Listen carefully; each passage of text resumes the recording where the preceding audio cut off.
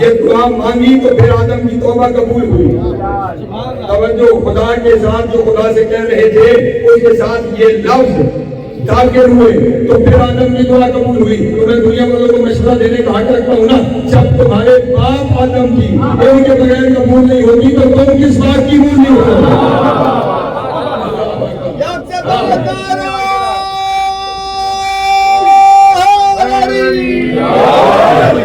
حضرت نوح علیہ السلام کی کشتی خبر میں آئی, توجہ ہے میرے محترم دوستوں, تو اس وقت جب یہ دعا ہوگی یا رب انی مغلوب فانتصر, توجہ ہے میرے محترم دوستوں کی, تو آسمان سے ایک تختی نازل ہوئی.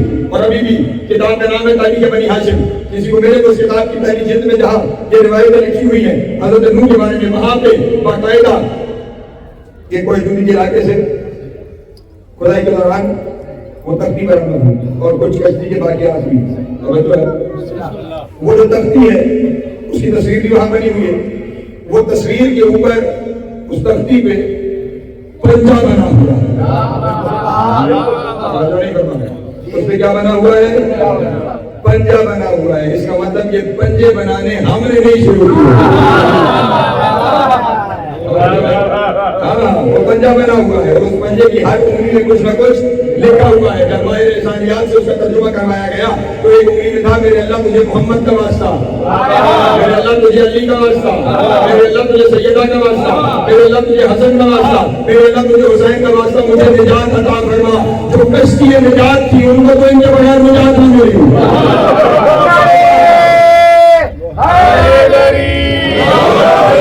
اس لیے یاد رکھتے انی مغلوب فانتصر بحق محمد وآل محمد. اسی طرح اگلی جتنی دعائیں ہیں ہم ہر ایک بحث نہیں کر سکتا.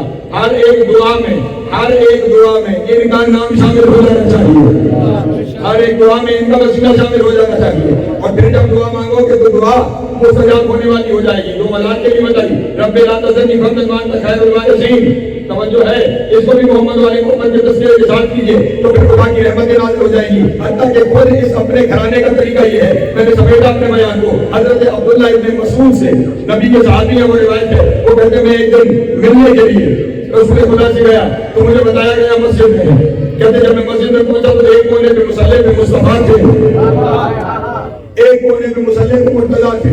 کہتے اب کیونکہ مرتضیٰ وزیر مصطفیٰ ہے اس لیے پہلے میں مرتضیٰ کے قریب پہنچا تو میں نے کیا دیکھا محو دعا ہے اور ہاتھوں کو اٹھا کے دعا مانگ رہے ہیں. اے میرے اللہ تجھے واسطہ اپنے حبیب محمد مصطفیٰ کا میرے گناہگار شیعوں کو بخش دے. توجہ, تجھے واسطہ اپنے حبیب محمد مصطفیٰ کا میرے گناہگار شیعوں کو بخش دے. کہتے میں نے دیکھا کہ دعا میں مشغول ہے تو میں اٹھا تو نبی کے پاس پہنچ گیا. کہتے جب میں نبی کے پاس پہنچا تو نبی بھی یہ دعا مانگ رہے تھے, اے میرے اللہ تجھے واسطہ ہے اپنے ولی علی ابن ابی طالب کا. علی کے چاہنے والوں کو بخش دے. نبی بھی دعا مانگا تھا یہ سن کے کہ علی نبی کا واسطہ, نبی علی کا واسطہ. مجھ پہ کسی تاری ہو گئی, میں بے ہوش ہو گیا.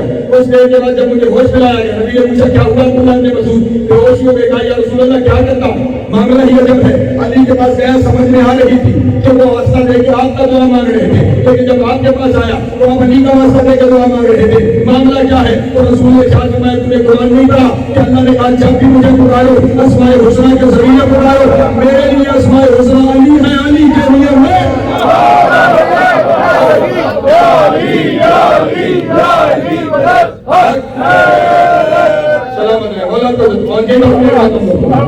وہاں بھی ہمیں دعا کا یہی طریقہ سکھایا گیا ہے کہ مانگنا ہے تو ان کے واسطے سے مانگنا ہے, مانگنا ہے تو ان کے ذریعے سے مانگنا.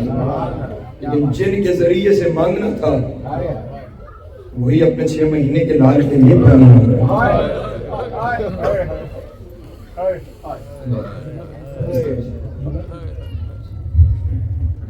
محترم عجب ہے اس امت کو بغض ہے آل رسول کے ساتھ. انہوں نے اس گھر کے شیر خوار بچوں کو بھی نہ چھوڑا. جو مدینے سے اس مشکل سے چلا تھا کہ بہن کی گود سے آ نہیں رہا, بعد میں بلانے کے لیے کان میں کچھ کہا تھا. اگر تیرے حصے کا تیر کون تھا. اور میں نے شاید قرآن پڑھتے ہوئے اشرے میں آپ کے سامنے تذکرہ کیا تھا. 9 رجب سن 60 ہجری اصغر دنیا میں آئے. 28 رجب سن 60 ہجری حسین کو مدینہ چھوڑا. یعنی کل 19 دن حیات گرامی ہے جب اصغر ختم چھوڑا. تو میں یہ کہنے کا حق رکھتا ہوں نا کہ یہ وہ مظلوم ہے جس کی ساری زندگی سفر ہوا.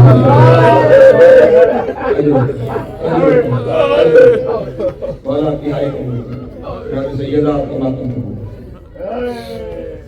کربلا کے بن میں 6 مہینے کا شہزادہ آ گیا. اور اب 7 محرم سے پانی ختم ہو گیا. ہمیشہ راکرین یہی پڑھتے ہیں پانی بند ہو گیا. رضان محترم 7 کو پانی بند نہیں، 7 کو پانی ختم ہو گیا. حسین کے خیمے کو فرات سے 2 محرم کو اٹھا دیا گیا. اس کے بعد فرات پہ جانے نہیں دیا گیا. یہ بھی پورے دعوے سے کہتا ہوں میرے مولا نے کربلا پہنچ کے فرات سے کبھی پانی بھرا نہیں. 7 محرم تک پانی چلا ہے. یہ وہ پانی کا ذخیرہ تھا جو حسین ساتھ لے کے چلا. اور اپنے دوستوں کے سامنے عرض کرتا چلوں کہ اگر میرے مولا حسین نے غور کے لشکر کو پانی نہ پلایا ہوتا تو حسین کے لشکر کا پانی 17 محرم تک ختم نہیں. غور کے لشکر کو جو پانی پلایا 7 محرم کو پانی ختم ہو گیا. مائیں بھی پیاسی، بچے بھی پیاسی. 3 دن کی پیاسی سے جناب رباب نہیں، وہ بچہ بھی ہے. پیاس میں میں کہا کہ میں اپنے دوستوں کے سامنے ہدیہ کروں. چلے بس اس منزل پہ پہنچتا ہوں. وہ وقت آیا کہ جب کربلا کے گھر میں تنہا رہ گیا حسین اور حیران. کربلا کے بعد میں پہلا بلند ہوا حل میں ناصر ہے کوئی میری مدد کرنے والا، ہے کوئی مددگار جو میری نصرت کرے، ہے کوئی میری مدد کرنے والا. حل من ذابت رکو ان حرم رسول اللہ، ہے کوئی محمد کی بیٹی بچانے والا. ادھر میرے مولا کی یہ آواز کربلا کے بن میں بلند ہوئی. ادھر خیام میں حسینی سے گریے کی آواز بلند. گریہ اتنا بلند تھا کہ حسین کو پلٹ کر خیام کی طرف جانا پڑا. جب خیام کے دروازے پر پہنچے تو باہر سے پکار کے کہا بیویو اتنا گریہ بلند کیوں ہے؟ ابھی تو میں زندہ ہوں. اتنا گریہ بلند کیوں ہے؟ ابھی تو میں زندہ ہوں. خیمے سے آواز آئی آقا ایک دفعہ خیمے میں تشریف لائیں اور خیمے کا منظر دیکھیں. آقا حسین نے خیمے کا پردہ ہٹایا. جو خیمے میں داخل ہوئے تو قیامت کا منظر تھا. 6 مہینے کا بچہ کوڑیوں پہ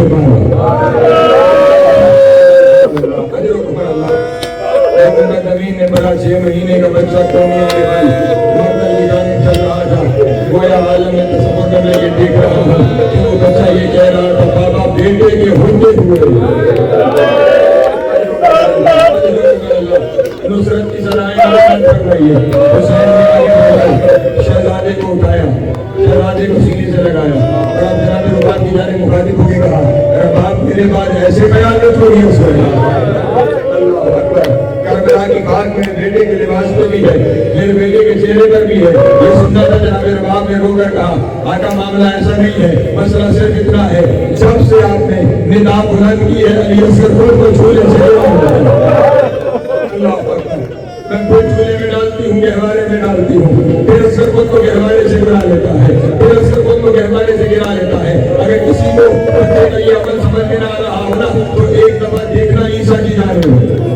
وہ بھی تو ماں کی گود میں گواہی دے رہا تھا نا. یہ تو فخر عیسیٰ ہے، تو فخر عیسیٰ ہے. چھولے سے گرا لیتا ہے بار بار. آقا حسین نے سینے سے لگا کے کہا رباب اگر اجازت دو تو میں تمہارے لال کو پانی پلا لوں. میرے پاس لفظ ہی ہے، اس کے سوا کچھ نہیں ہے. اگر اجازت دو تو میں تمہارے لال کو پانی پلا لوں. آقا آپ کی امانت ہے، آپ کا بیٹا ہے, لے جائیے. آقا حسین چلنے لگے نا, جناب نواب نے جاتے ہوئے امام کو روکا. آقا ایک لمحے کے لیے رکیے اور میرا بیٹا مجھے دیجیے. امام نے شہزادہ بیوی کی گود میں دے دیا. چلتے ہوئے ایک اور خیمے کے اندر جا کے بیوی نے تبرکات کے صندوق سے ایک نیا کرتا نکالا, ایک نئی پوشاک نکالی. وہ پوشاک علی اصغر کو پہنائی, پھر ایک رومال سے کمر بند باندھا, اور اگر تم یہ کر سکو ایک رومال سے چھوٹی سی تلوار بنائی. وہ تلوار حضرت علی اصغر کی کمر کے ساتھ ہماری کی, اور اب حضرت علی اصغر کے گوشت بالوں میں اپنے ہاتھوں سے کٹھی کی. اور میں کہوں گا چہرہ صاف کرنے کے لیے پانی نہیں تھا تو ماں کے آنسو میرے ہو گئے.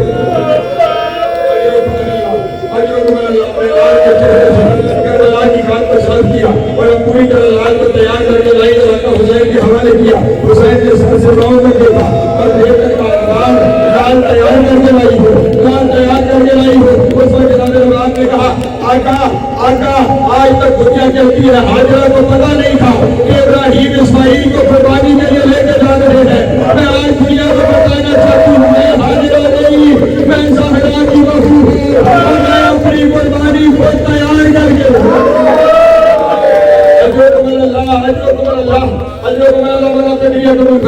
میں اپنی قربانی کو تیار کر کے بھیج رہی ہوں. آقا لے جائیے میرے بیٹے کو. حسین نے شہزادے کو اٹھا کے کچھ اس انداز سے شہزادے کو اٹھایا. چند قدم چلے نا تو پھر شہزادے نے کہا آقا اگر ممکن ہو نا تو بچے کو ایسے اٹھائیے, بچے کو ایسے اٹھائیے. کیوں ہمارا ایسا کیوں اٹھاؤں؟ کہا مولا ایک تو جب تک چلتے رہیں گے آپ کے چہرے کا سایہ معصوم کے چہرے پر رہے گا, اور مولا جب تک آپ جانتے رہیں گے مجھے بیٹا نظر آتا رہے گا,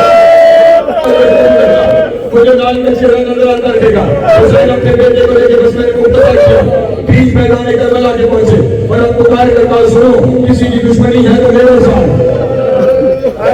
کسی کی دشمنی ہے تو میرے ساتھ. یہ میرا 6 مہینے کا بچہ پیسہ ہے, اس کے لیے پانی دے دو, اس کے لیے پانی دے دو. میں بڑے لکھے دوست تشریف فرما ہے جو 6 مہینے کا بچہ ہوتا ہے, جانتے ہو اسے کتنا پانی ضرورت ہوتا ہے, خون نہیں کھولا جاتا. بس مائیں کیا کرتی ہے, پانی موجود ہوتا ہے, اس پانی اتنا پانی جو پانی میری انگلی کے ساتھ رہا, اتنا پانی بچے کے لبوں پہ لگایا جاتا ہے, بچے کی پیاس ختم ہو جاتی ہے. اور سامنے سے جواب کیا آیا, نہیں تو بچے کے لیے, بچے کے بہانے اپنے لیے پانی مانگ رہے, بچہ خود پانی مانگے.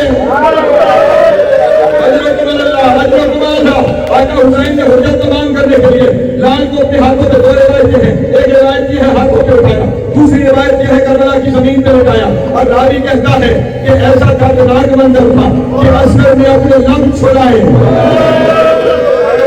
اگر کسی کو چھڑائے تو لب سمجھ میں آ گیا, اپنے لب چھڑائے اور بار بار اپنے کو ایسے بند کرتے اور کھولتے ہیں جیسے مچھلی کو پانی سے نکالا. اجروں کو ملا حجت تمام ہوئی. حسین نے لال کو اٹھایا, کربلا میں شہزادی فوج کے اندر اشتراک پیدا ہوا. فوراً حرملہ سے کہا, عمر ابن سعد نے حرملہ اقرا کلام حسین, بس یاد رہنا اقرا کلام حسین, حسین کا کلام قطع کرو, حسین کا کلام قطع کرو. حرملہ نے اپنے ترکش میں ہاتھ ڈالا, اس کے ترکش میں صرف ایک تیر لگ گیا. کربلا میں کئی قسم کے تیر تھے جو مختلف کاموں کے لیے استعمال ہوتے تھے. یہ سہ شعبہ تیر تھا, اور اس سہ شعبے سے یہ نہ سمجھا جائے کہ اس طرح اس کے 3 پھل تھے. نہیں, اگر کسی نے مردانی پیشی ہو تو دور میں چلائی جاتی ہے, جیسے اس کے پھل پیچھے کو مڑے ہوئے ہوتے ہیں, اس طرح کے 3 پھل پیچھے کو مڑے ہوئے ہوتے ہیں. اور جیسے میں نے کتابوں میں پڑھا ہے اس تیر کا کم از کم وزن 9 کلو لکھا گیا ہے. یہ 9 کلو کا تیر ہوتا تھا, اور یہ دنیا میں اس وقت کے جوانوں نے قسم کھائی ہوئی تھی کہ یہ تیر ہم کبھی انسان کو نہیں ماریں گے, یہ گھوڑوں کے لیے تیر استعمال ہوتا تھا. جو تیر گھوڑوں کو مارنا ہوتا تھا وہ تیر نماز میں جاری کی طرف سے. اللہ ہے قبول بس ایک کرنے کی ضرورت ہے. تیر حرملہ کے ہاتھ سے پہلی دفعہ تیر گرا. پوچھا عمر ابن سعد نے, بڑا بہادر بندہ ہے, تیر نہیں چلایا جا رہا. اللہ حضرت اگر نصیب اللہ رضی اللہ عنہ کہا کرتے تھے کہ اس نے حرملہ نے عمر ابن سعد کی طرف دیکھ کے کہا, عمر ابن سعد ذرا دیکھ دو گھنٹے کے پیچھے اللہ جانے اس کی لڑے ہے یا اس کی ماں نے پردہ دار کا دانے میں آگے زمین میں بیٹھ کے نشست لگائی ادھر سے